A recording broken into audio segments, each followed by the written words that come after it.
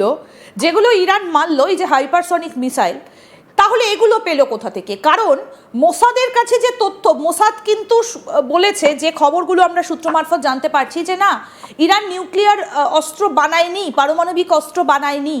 তাহলে এই hypersonic missile ইরানের এলো কোথা থেকে? কেউ কি দিল? না না, ইরানের কাছে আছে, ইরানের কাছে আছে। নিউক্লিয়ার ওয়েপন বানায়নি, রিঅ্যাক্টর নেই, এখন মনে পড়ছে এতবার অ্যাটাক করার পরে।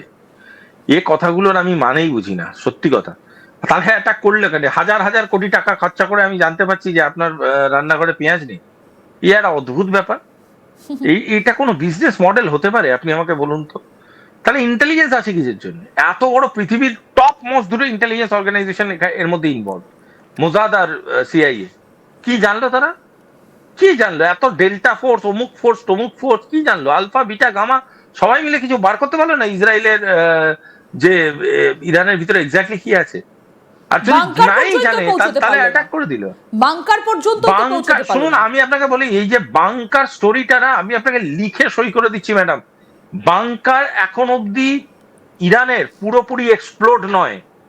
এবং একটা একটা স্টেটমেন্ট আপনাকে আমি বলি, আলতানির করা স্টেটমেন্ট ছিল যে ইয়ের রাজা, কাতারের রাজা, এখন আমি জানি না এটা কি, এখন উনি বলেছিলেন একটা statement, that Iran may conduct a successful parliament within its bunkers. ভাবুন, আচ্ছা, কত বৃহৎ অ্যারেঞ্জমেন্ট তার কাছে আছে। হ্যাঁ, আমরা তো জানি কিছু কিছু তথ্য আমাদের কাছে, আমরাই সেই ছবি দেখিয়েছি, কিছু কিছু তথ্য আমরা দেখিয়েছি। আর আপনার মনে হয় খামিনি তার বাড়িতে কাজ করতে করতে বোম মেরে ফেলেছিল? এটা নিয়ে তো সন্দেহ রয়েছে, কারণ যদি সেই বাংকারে জেট রাখা যায়, মানে যেগুলো যুদ্ধ করে একেবারে, তাহলে তো সব থেকে বড় ইউটিলাইজড, সব থেকে বড় ভ্যালুড অ্যাসেট কে আপনি ওপেনলি ব্যালকনিতে রাখবেন? আপনি সোনা দানা ব্যালকনিতে রাখছেন, আর আপনি বালতি আর মগ রাখছেন আপনার বাড়ির লকারে? এটা হয়? একদম ঠিক কথা। তাহলে কি কোথাও গিয়ে আমেরিকা একটা বড় ভুল করে ফেললো? তারা হয়তো ভেবেছিল যে এই ভেনেজুয়েলার মতন, যেভাবে ভেনেজুয়েলার ক্ষেত্রে আমরা দেখেছিলাম যে তার প্রেসিডেন্টকে তুলে নিয়ে এসেছিলেন রাতে, শেষ হয়ে গিয়েছিল চ্যাপ্টারটা, তাহলে কি এরকম ভাবে ইরানকে আন্ডার এস্টিমেট করে ফেলেছিলেন ডোনাল্ড ট্রাম্প? আর এটা কি সব বড় ভুল? আমেরিকা একটা বিরাট বড় লজিক্যাল মিস্টেক করেছে, সেটা হলো এই যে ধরুন, আমি ধরেই নিলাম তর্কের খাতিরে খামেনিকে এলিমিনেট করে দেওয়া হয়েছে, আমি ধরেই নিলাম, চলো let's go by the narrative. এটা কিন্তু বিরাট বড় ভুল। তার কারণটা হচ্ছে আমেরিকা এর জন্য ডিপ্লোম্যাটিক্যালি অনেকটা পিছিয়ে গেল। আমেরিকার যদি এলিমিনেট না করে যুদ্ধটা চালিয়ে যেত, তাহলে একটা কিন্তু মোটিভ থাকতো। আজকের ডেটে দাঁড়িয়ে ইরানের যে একবার বলছে নিউক্লিয়ার অ্যাসেটস আছে, একবার বলছে রেজিম চেঞ্জ, একবার বলছে আমরা ইকোনমিক্যালি ভায়াবল নই, দিস ক্যানট গো অন। এটা হতে পারে না। একটার পর একটা মিথ্যে দিনের পর দিন চালাবেন, এটা হতে পারে না। আইদার এটা এক্সিস্ট করে অর এটা এক্সিস্ট করে না, বাইলাইন নেই কিছু এর মধ্যে। পয়েন্টটা হচ্ছে, ইরানকে যদি নামাতেই হতো আমেরিকাকে সলিড ফিগার নিয়ে এগোতে হতো ইরানে। আমি আপনাকে এতটা হলফ করে বলছি, যতটা ওয়ারফেয়ার দেখলাম এতক্ষণ অব্দি দুটো দেশের, এতদিন অব্দি রাদার, আমার কোথাও গিয়ে মনে হচ্ছে যে আমেরিকা এবং ইসরায়েলের কাছে ইরানের ব্যাপারে প্রপার ইন্টেল ছিলই না। নট জাস্ট অ্যাবাউট নিউক্লিয়ার, শুধু নিউক্লিয়ার ব্যাপারে না, এমনি ছিল না। আপনি একটা কথা বলুন, একটা লোকের কতটা বলবান, কতটা শক্তিশালী, সেটা তার পর্যবেক্ষণ না করে আপনি যদি তাকে ঘুষি মারতে যান, তা আপনার কাছে ঠেকানি খেতে হবেই, মার তো খেতেই হবে, স্বাভাবিক ঘটনা। এবং সেটাই হচ্ছে। এখন মার খাওয়ার পরে আমরা রিয়েলাইজ করছি, ওরে বাপরে, এই তো বিরাট বড়, বিরাট মাস্কুলার। তো সেটা তো হতে পারে না গো।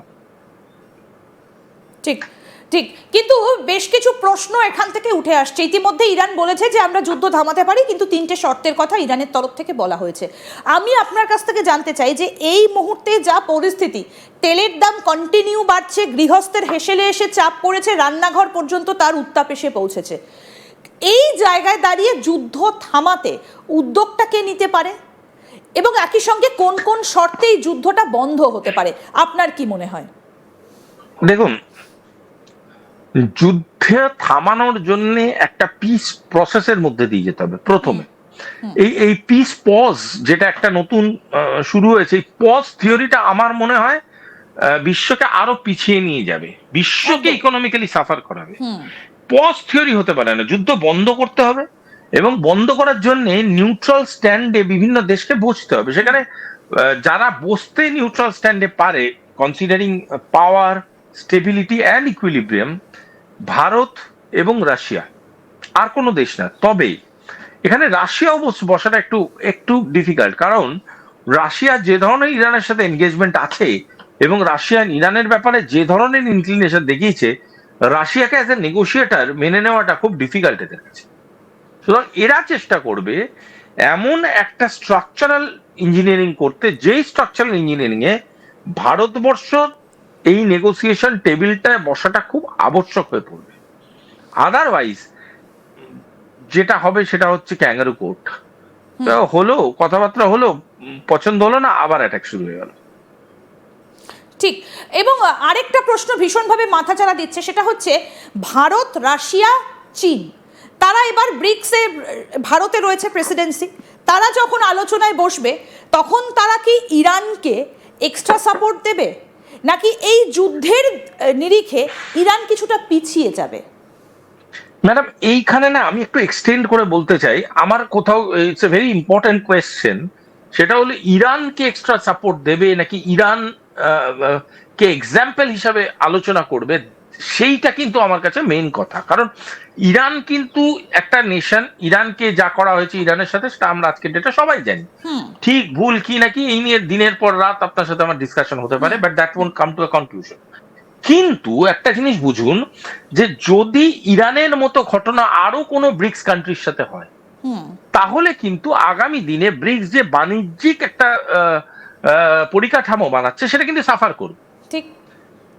ব্রিক্স বলুন, এবং আগামী দিনে আপনি বলুন বিমস্টেকের দেশগুলো যদি এগিয়ে আসে, আপনি আপনি আরেকটু ভেবে ভেবে দেখুন, বিভিন্ন রকম অন্য স্ট্রাকচারাল যে বিআরআই, যে বেল্ট রোড ইনিশিয়েটিভস গুলো, সেগুলো যখন তৈরি হবে তখন কিন্তু এগুলো নিয়ে আর ডিসকাশন করা যাবে না। তার জন্য আজকের ডেটে দাঁড়িয়ে এটা কিন্তু খুব ইনফ্লুয়েন্সিং, এটা কিন্তু খুব দরকারি, প্রয়োজনীয়। ঠিক। ঠিক। এই বিষয়টা খুব ইম্পর্টেন্ট, যে নেটোর যে চুক্তিটা রয়েছে, যে একটা দেশকে অ্যাটাক করলে নেটো গোষ্ঠীভুক্ত বাকি দেশগুলো সেখানে ঝাঁপিয়ে পড়ে, তাহলে এই কান্ট্রিগুলোর জন্য হবে না কেন? Bharat, Russia, China, Iran, Brazil, এই দেশগুলোর মধ্যে সেটা হবে না কেন? না, সেটা কারণ হচ্ছে ব্রিক্সে এখনো কোনো সামরিক চুক্তি নেই। দেখুন, গোটা জিনিসটা সামরিক চুক্তির উপরে আছে। সে তো কিছুতে সেটাও মানতে ভয় পায়, যেমন পাকিস্তান। হ্যাঁ, সেটাও তো মানে